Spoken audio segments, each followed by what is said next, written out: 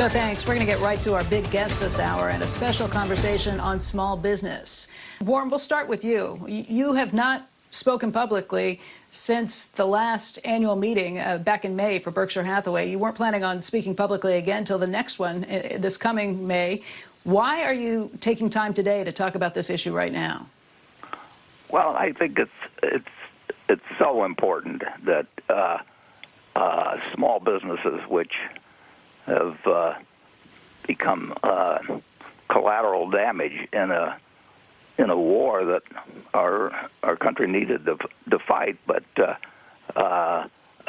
we in effect voluntarily had an induced shutdown of parts of the economy, and it hit many types of small businesses very, very hard. And we made some provision for that in March in terms of the CARES Act, but then nobody really knew how long the this self-inflicted recession would last, and with this particular effect on small businesses. So we needed another injection to complete the job, and Congress is debating that right now, and I just hope very much that they extend the PPP plan on a large scale to let the people who may see the end of the light at the end of the tunnel get to the end of the tunnel. But so it's very timely, it's very important, and I do think Congress will do something, and I hope they step up very soon, because every day is important. Might make people wonder why big business leaders are stepping out and speaking on behalf of some of those small businesses. What is it that concerns you about this? Why is this an issue that you're really putting yourself out there with? Well, big businesses generally have done very well. Not if they were travel and entertainment related, they still have difficulties. But the Fed did a terrific job. They saved us from something that would have been a lot worse than 2008 and 9 when they acted in March. So large companies who, in the middle of March, early March, were going to have no access to capital. The market just opened wide, and the corporate issuance was huge. But the small businesses receive some help, but it's not getting them to the end of the tunnel. And you see a situation. Just take food manufacturers, the big ones, have done terrifically. People haven't quit eating, and the large grocery chains have done very well. Margins of wine sales have been good, but if you had to get your food in a small restaurant or medium-sized restaurant, and social distancing was required and everything, you just killed the economics for somebody that may have been working for decades with their family to build a business and reinvested the earnings in improving their establishment, and then through no fault of their own, an edict comes along that kills all their dreams. And it would be so foolish to not follow through on this and enable those people to get back to where they could do the kind of business they were doing before. It's an economic war, and certain, when we went into World War II, a lot of industries were shut down, and everything went over to defense production. Well, we've shut down a lot of people in this particular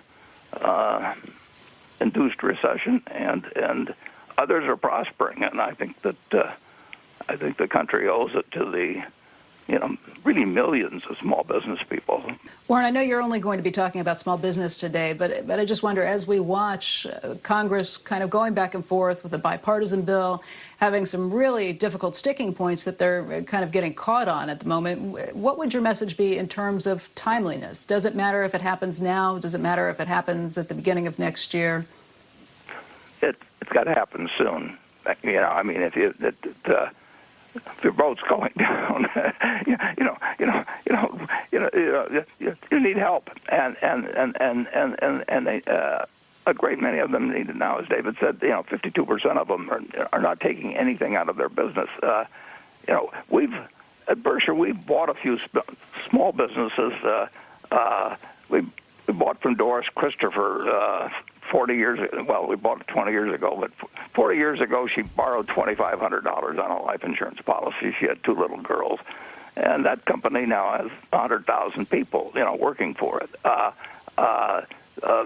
Mrs. B at the Furniture Mart, she came over, arrived from Russia, couldn't speak English or read it, and arrived in Seattle in 1915. And that company employs.